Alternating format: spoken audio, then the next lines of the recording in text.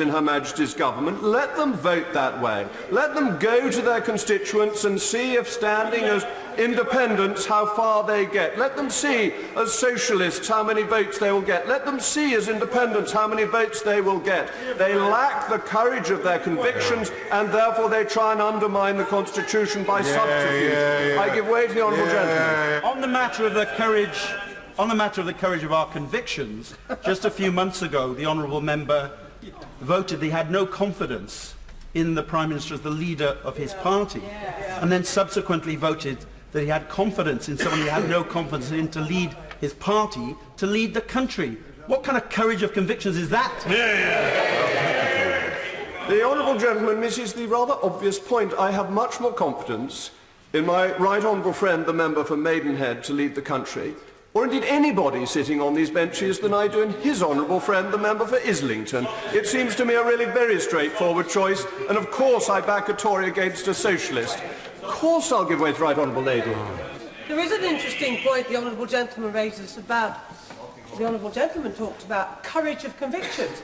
Could he like to tell the House why it is that a few weeks ago he voted against the government's withdrawal agreement, but on Friday he voted for it, and why he's entitled to a vote and to change his mind, but the people of this country are not allowed to change their minds and have a people's vote?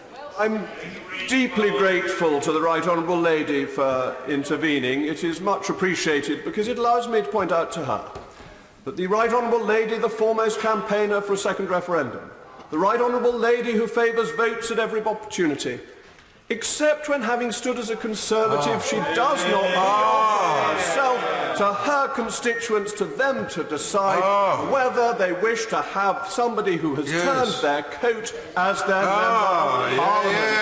So I think, would the...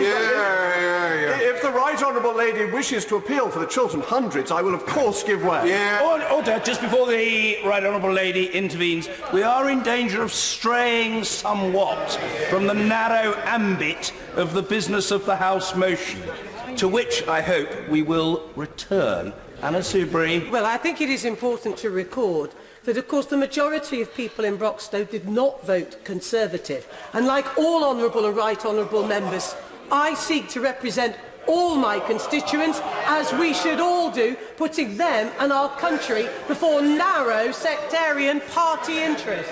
Let them decide. Mr. Speaker, what was it that the late Earl of Beaconsfield said of Mr. Gladstone? A prolix rhetorician inebriated by the exuberance of his own verbosity. I would not dream of saying such a thing about the right honourable lady. Let me return to the motion.